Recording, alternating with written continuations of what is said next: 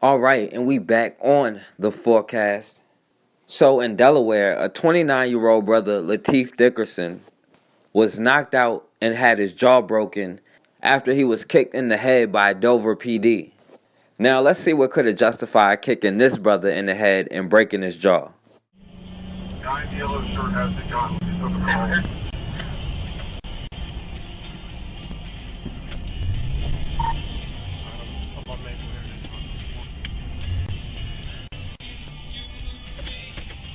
Alright, he had to have gone westbound, possibly across the highway. By probation and parole, he's in the yellow shirt. He's the one with the gun. He's in front of probation and parole running westbound.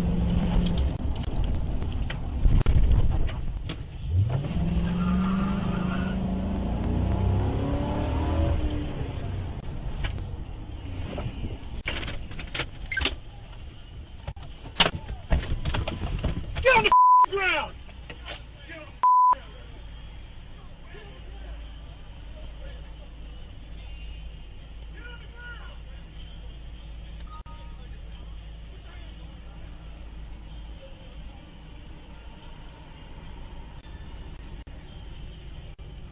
There may be several others on the road, on foot as well, in the area. That little trailer park back here. They were running behind the Explorer.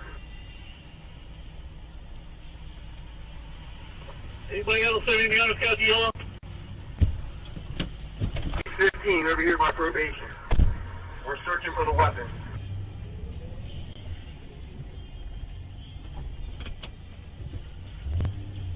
Apparently there was another subject in yellow that ripped his shirt off, the RP stated, and is in a white beater. So Officer Thomas Webster IV and his partner was responding to a call about a fight at a gas station, and they claimed that one of them may be armed. In the video, you can hear him say black male, yellow shirt. This brother Lateef Dickerson had a wife beater on with a yellow hat, but he is a black male, so I guess that was enough that he fit the description. So the cops pull up on him with their guns drawn, yelling for him to get on the ground. And you can see he was complying. He was getting on the ground. He was on his hands and knees. But apparently it wasn't fast enough for Officer Thomas Webster IV. So he kicked him in the face, breaking his jaw and knocking him out. Now when they asked him why you kick him in the face, his excuse was, I didn't mean to. I meant to kick him in the chest. Now this brother Lateef Dickerson was charged with assault, resisting arrest, and theft. Now, I don't know where they got theft from, but all of the charges were eventually dropped. Officer Thomas Webster was suspended without pay, and eventually he wasn't indicted by the first grand jury, but they had a second grand jury, and they did decide to indict him on felony and misdemeanor assault charges. But to no surprise, a jury found him not guilty of all charges. The LACP calls a Dover police officer's acquittal of assault disheartening. A jury came back with a not guilty verdict against the police officer caught on video kicking a suspect in the head. Delaware Bureau reporter Tim Furlong was there for that verdict. Where is the justice? One woman posed that question to me on her way out of court. Many who had seen this 2013 video of Dover Corporal Tom Webster kicking Lateef Dickerson in the face, knocking him out and breaking his jaw, thought there's no way the jury would acquit Webster, but 3 men and 9 women on the jury, that includes 2 black women and 1 Hispanic woman, they did find Webster not guilty. This is wrong, period. Flat out wrong. For me, I don't have a response to this because it's beyond belief. I don't know how a jury in this community, 12 people, could reach that decision. Webster was allowed to leave from a different door to the courthouse, so he didn't have to face my questions. A couple years back, a grand jury that saw this video chose not to indict Webster. Attorney General Matt Dent wouldn't tell me how it came back to his attention, but in the midst of other racial problems involving police in other parts of the country, he sent it to a second grand jury that did indict Webster. That night in 2013, it seemed Dickerson had complied with the officer's commands to get down on the ground, but the jury agreed with Webster's lawyer's version of what happened on that video. When you broke it down into milliseconds, you could see the gentleman moving his hands up and down, and we all know that Tom was in fear. Lateef Dickerson was not in court for the verdict, and I'm told he does not want to be interviewed. Dover police tell me they are going to have to evaluate Corporal Webster's future with the police department. And the NAACP, they tell me they don't expect any unrest here in Dover tonight, but they do say they are planning a very calculated response. We should learn more about that in the next few days.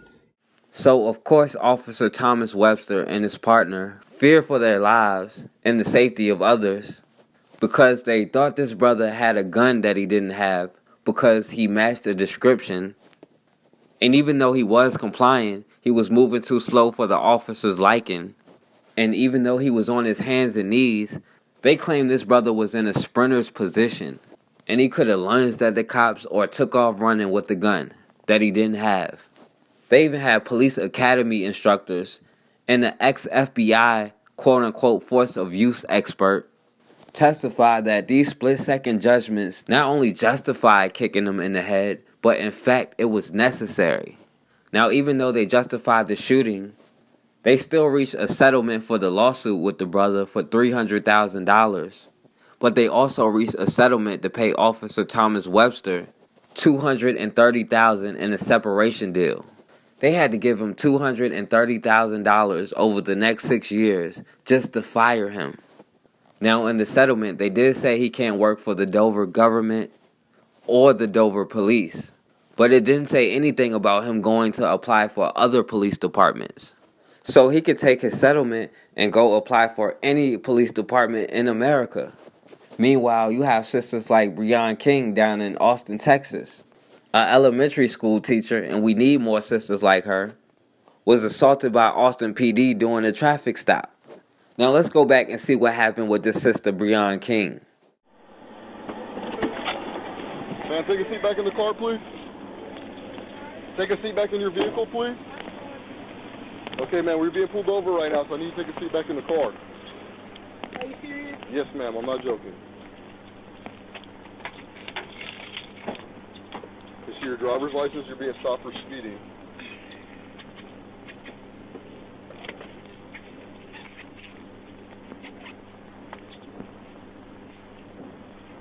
But I'm already stopped, so technically can you stop me? Because Yes, you didn't ma'am. pull me over because I parked.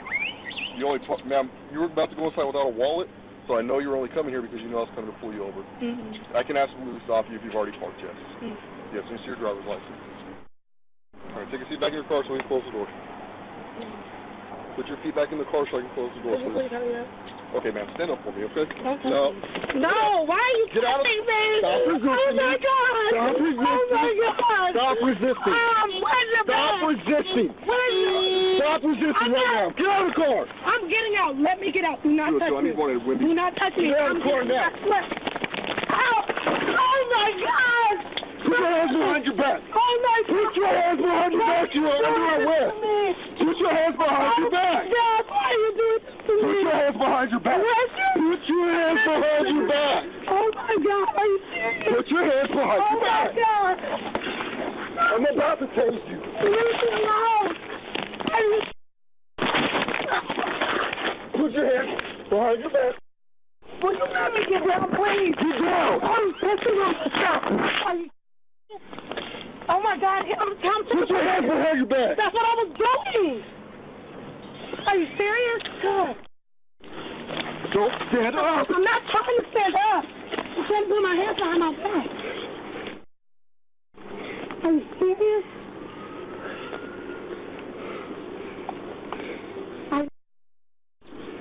You are full of bullcrap. Quit moving your hands. You just hit me so you can get him back.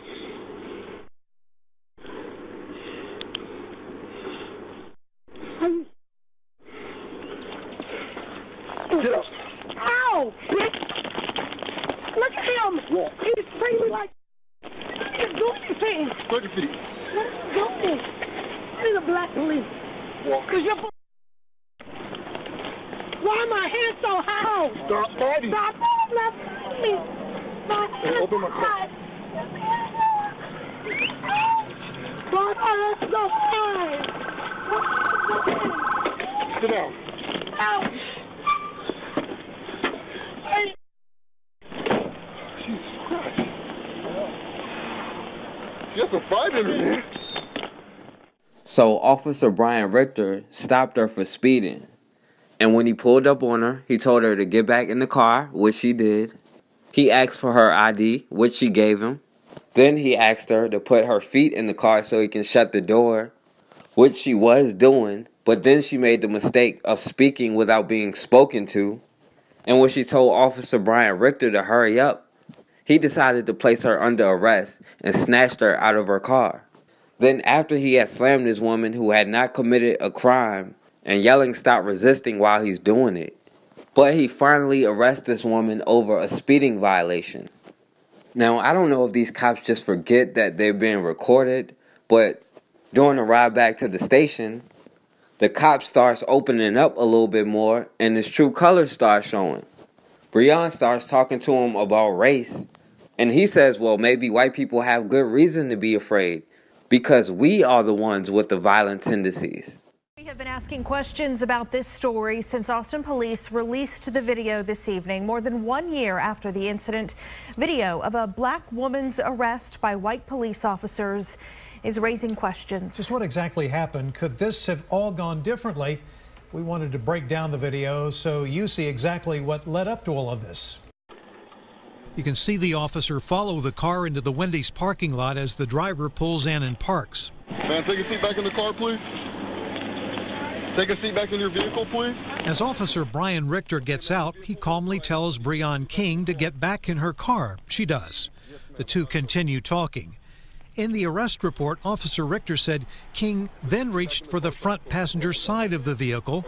He didn't know whether she had a weapon. No, why are you touching me? You can hear the officer tell her to stop resisting. King is heard saying she will get out of the car. That's when Officer Richter is seen pulling her out, spinning her around in an attempt to put her on the ground. He shouts commands at her while she asks him why is he doing this to her. King manages to get back up as he's trying to restrain her. Officer Richter picks her up and then throws her back down, trying to wrestle her hands behind her back. The officer cuffs her. A second officer arrives as Officer Richter pulls King up by her hands extended behind her back. They lead her to the trunk of the squad car. It's not just the treatment of King during the arrest that's in question. Video of a conversation she had with Officer Patrick Spradlin from the back seat of the patrol car is also causing concern, prompting the police chief to call the comments racist. Listen. Well, do you still believe that there's racism out there? Yes. I do. So how do you find out? Let me ask you this, though. Let me ask you this. Do you believe it goes both ways? I believe it does. I do. I do too. But I believe that, I'm not gonna lie, I believe that Caucasians has more supremacy over black people. Let's be honest. They have more rights. And it's a lot more people. I don't think that. And they're trying to wipe out the... Why are so many people afraid of black people? That's what I want to figure out. Because I'm not a bad black person. I can give you a really good idea why it might be that way. Why? Violent tendencies. And I want you to think about that. I'm not saying anything. I'm not saying it's true. I'm not saying that I can prove it or nothing. But 99% of the time, when you hear about stuff like that, it is the black community that's being violent. That's why a lot of the white people are afraid, and I don't blame them.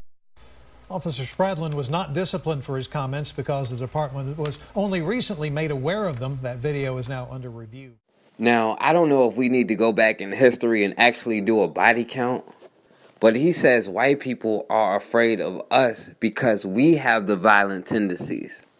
But in reality, if we were as violent as they say we were, and we fit all these stereotypes that they say we have, then there's no way we would be in the situation that we are in. They talk about they're so scared, but they're the ones who actually do stuff to maintain a system designed to benefit off of our destruction. If anybody shows the characteristics of being scared, it's us. Now, this officer was not charged or even disciplined. Breaion King was the one who was charged with resisting arrest, which only happened after the cops started tossing her around. But eventually, the charges were dismissed. It turns out this woman, who was just an elementary school teacher, was not the violent one. Officer Bryan Richter is the one that has violent tendencies and is the one with the violent history. Officer Bryan Richter joined APD in late 2009. Despite that, KXAN has learned he's charged more people with resisting arrest than any other APD officer in the past decade. Richter has 34 resisting arrest cases compared to the next closest officer, who only has 28, according to APD arrest records. In each case, his supervisors decided he did not use excessive force. Now you can judge for yourself. Description I can get is Officer Bryan Richter is making a DWI arrest, but the suspect doesn't want to take the sobriety test. No, I can call my lawyer. Another officer arrives to help Richter cuff the man, but then the suspect's girlfriend approaches, recording the incident. If you come any closer, you're going to go to jail. As she begins to walk away, Richter chases her down and uses force to arrest her during this 2013 traffic stop. In this dash cam, Richter is the officer on the far right. It's unclear from the audio on the tape exactly why this happens, but Richter knees the man in the leg and takes him down. KXAN got these dash cam videos after digging into Richter's employment files. His superiors at APD often praised him for his work ethic and uncanny ability, in their words, to ferret out felons. His reviews also show Richter led his region in use of force arrests. And whether it was taking down a suspect trying to avoid handcuffs, Put your hands behind your back. Or here, punching a suspect on the ground who will not follow his commands. Put your hand behind your back. Put your hand behind your back. Again, in each one of these cases, APD superiors watched these videos and determined Richter did not violate any APD policy for use of force. Richter received a commendation for his part in the chase and arrest of a sex offender in May of 2015, among several other commendations for difficult arrests, according to department records. Officer Bryan Richter by far has the most force of use arrests than anybody else on the force. But instead of discipline, they call it the most difficult arrest and award him for it. And even after they justified all of this excessive force, including with Breaion King, they were still trying to keep him off the radar, but he couldn't help himself. And they were forced to fire him after another case he was caught on video using excessive force. Tonight, an Austin attorney says a police officer who was just fired should have been removed from the office of the force, several years ago. Earlier this evening, we told you about Officer Bryan Richter. He's out of a job for lying about what happened in this video using force. He's also used force in other arrests. A KXAN investigation from 2016 found he has charged 34 people with resisting arrest, more than any other APD officer in the past decade. Our Brittany Glass spoke to an attorney for one of those people taken down. Two videos taken more than 2 years apart. Each one captures a similar scene. Use of force exercised by Austin police officer Bryan Richter as he physically takes down both people. How many people have to get hurt before an officer who has violent tendencies, like Officer Richter, gets disciplined and gets removed from the force? Attorney Erica Griggs represents Breaion King, the woman in the 2015 arrest. Griggs says it's important police officers are responsible for their actions. When you have a job that allows you to use force or even use deadly force, that the accountability system, when you do something wrong, is strong and reliable. And I don't know that we had that here. Austin Police Chief Brian Manley announced the department's new de-escalation policy Monday, something he says will increase the community's trust in his officers. But he says we have to consider their safety. We do not expect them to place themselves in harm's way unnecessarily if they don't have that opportunity to de-escalate. Chief Manley says every call is different. A lot of this will be up to the officer's judgment, training, and experience. Something Griggs is afraid of. How many people have to get hurt by an officer before he loses his job? Brittany Glass, KXAN News. Officer Richter was one of 2 officers fired over the July 2017 arrests. They are expected to appeal the disciplinary decision. The Travis County District Attorney's Office is still reviewing their case. Austin Police Association President Ken Cassidy called today's decision to fire the officers, quote, excessive, but he agreed that they made mistakes. He went on to say that the officers are afforded due process and that the association is confident they will get a more appropriate punishment. If you want to file a complaint against a police officer, you should know the process is no longer as independent as it was just a few months ago. While you can still file the complaint through Austin's independent police monitor's office, it will not keep the records. The police monitor must now send them directly to the Austin Police Department. That's because APD's contract with the city wasn't renewed in December. Also, the Citizen Review Panel, which is made up of people in the community, can no longer look over each case. A city spokesperson told us today that their role is up in the air. But even then, after they fired him, he still filed a lawsuit just so he can get back on the streets. Now, even though this cop is still free to go apply at any police department in the country, despite the amount of excessive force cases he has and all the passes they give him, he still claimed his punishment was too excessive and that other officers don't get as harsh of a punishment. And he's probably right about that. But the point is, they have no problem abusing our women and justifying it, abusing our brothers and justifying it. They don't care whether it's a man or a woman, whether you are a little boy or a little girl. We get caught up in every single difference that we can find. We're caught up in gender wars when we can't afford to be. Sure, we have issues that we need to work out, but we hear the same stereotypes and talking points to the point that we start believing and saying the same rhetoric about each other.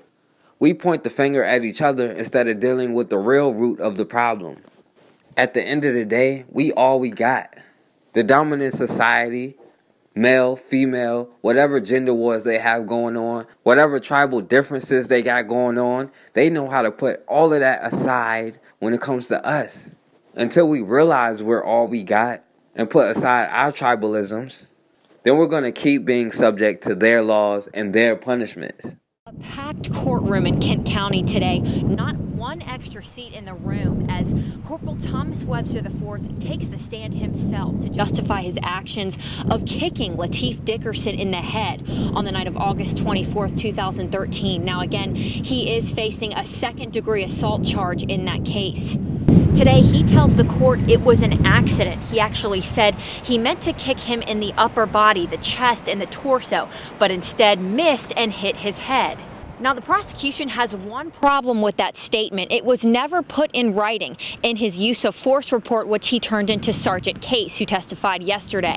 Information community activist Bobby Wilson thinks is vital to the case. He'd been on the force for 10 years, and it should have been in his police report because it was a major blow and it was a serious use of force. They've been going over his use of force report in detail in court today, and nowhere does it say what his intentions were when kicking Lateef Dickerson. Because the community letting the authority know that we want justice across the board. Webster did say on the stand he was fearful for his safety and those around him. He said his main concern was this happened at a Hess gas station, so there were people around, and across them there was a highway of traffic going by. This atmosphere is getting more and more intense in the trial as the days go on. Let me tell you what our issue is with 180 days. Okay, ma'am, stand up for me, okay? No. No, why are you kicking me? Stop resisting. Oh my God. Stop resisting. Oh my God. Stop resisting. We had two commanders that looked at that case and said that there's nothing wrong here. Oh my God. Put your hands behind your back. Oh my God. Put your hands behind your back. You are under arrest. There might be a training issue, but there's not a violation. Put your hands behind your back. Oh my God, are you serious? Put your hands behind your back. Oh my God. I'm about to tase you. So you got two well-respected commanders in the Austin Police Department that said there's nothing wrong here. Put your hands behind your back right now. Will you let me get down, please? Get down. I'm pissing on the stop. Are you shitting me? And then you come along and give it to the chiefs, and they're like, oh my God, the world's coming to an end. All the activists are raising hell. Get up. Ow, bitch. Look at him. Yeah. He's treating me like shit. He didn't do anything. Take a seat. Let him go. He's a black police. This is horrible, and the world's coming to an end, and they make a big issue out of it. Why are so many people afraid of black people? That's what I want to figure out. I can give you a really good idea why it might be that way. Violent tendencies. And I want you to think about that. I'm not saying anything. I'm not saying it's true. I'm not saying that I can prove it or nothing. But 99% of the time, when you hear about stuff like that, It is. The black community is being violent. That split our department 50-50. Half the people looked at it and said, okay, I can see an issue here, and the other half are like, no, it's not. An Austin police officer is on a quest to get his job back. Officer Bryan Richter was fired last week for excessive force and dishonesty. Now he's formally filed an appeal with the city, beginning what likely will become a months-long process. Tony Plahetsky is following his case, and he joins us now with what comes next. Tony? Well, Quita, this is the video that led to the officers firing last week. It's from the APD helicopter showing the arrest of a man at Barton Creek Square Mall back in July. Now, during that arrest, Officer Bryan Richter is accused of putting his foot on the man's head, and investigators say he was not forthcoming about his actions. Here's what happens next with his appeal. During the next few weeks, the city and the police union will agree on an independent arbitrator to hear Officer Richter's case. Then a hearing will be set, likely for some time in the next 6 months. It will resemble a trial with both sides presenting evidence. And once that hearing is done, the arbitrator will then make a ruling. That ruling can then be appealed to state district court, but it is extremely rare for either side to do so. Now, Officer Richter will likely claim as part of his appeal that his punishment was too excessive, that other officers who have done something similar were allowed to keep their jobs. Now, as you may recall, this is Officer Richter's second major use of force encounter in the past couple of years. The other involved teacher Braion King, an incident for which Officer Richter received a reprimand. Into the service record of the officer seen restraining Braion King, it turns out performance evaluation shows he has a mixed record. Austin police officer Bryan Richter's superiors often praised him for his work ethic and, quote, uncanny ability to ferret out felons. Reviews also show he led his region in response to resistance, or R2Rs. Those are use of force events. A superior reviewed him in 2011 and 2012 and attributed the high number of those cases to his high frequency of felony arrests. Richter was also involved in 3 officer-involved shootings. It's not clear from the review what part he played in those events. Department records show Officer Richter has been given several commendations for difficult arrests. Both Police Chief Art Acevedo and Mayor Steve Adler have spoken out against the actions in that arrest video. We go further into Officer Richter's service records and reveal what he found out about Officer Patrick Spradlin's history with APD. It's all at KXAN.com. The changes now being promised by the Austin Police Department follow a number of other high-profile changes in response to investigations by KXAN. Brian Collister uncovered other race-related issues within the department and explains what's been done to fix them. Within 5 minutes, there were 4 other cars, and I had 8 policemen surrounding me. It started when we uncovered how Austin police handled motorists like Danielle Yanis, Hispanic but marked white on his ticket by an APD officer. Daniel Yanis, oh, I got a ticket, and what did they say? Where am I? Where's the race? Does that say white? Yes. Well, I didn't even notice. They put you down as white. So you got a citation for me. I didn't even notice that. That is, well, there you go. What can I tell you? It's insidious. KXAN analyzed tickets over 5 years to reveal minorities mistakenly ticketed as white, including black drivers, but mostly Hispanic. State law requires race to be recorded in traffic stops to compile data to track whether or not departments are potentially profiling. Chief Art Acevedo told me the department would review how officers collect traffic citation data. Yeah, absolutely. Yeah, that's problematic. And it gives me some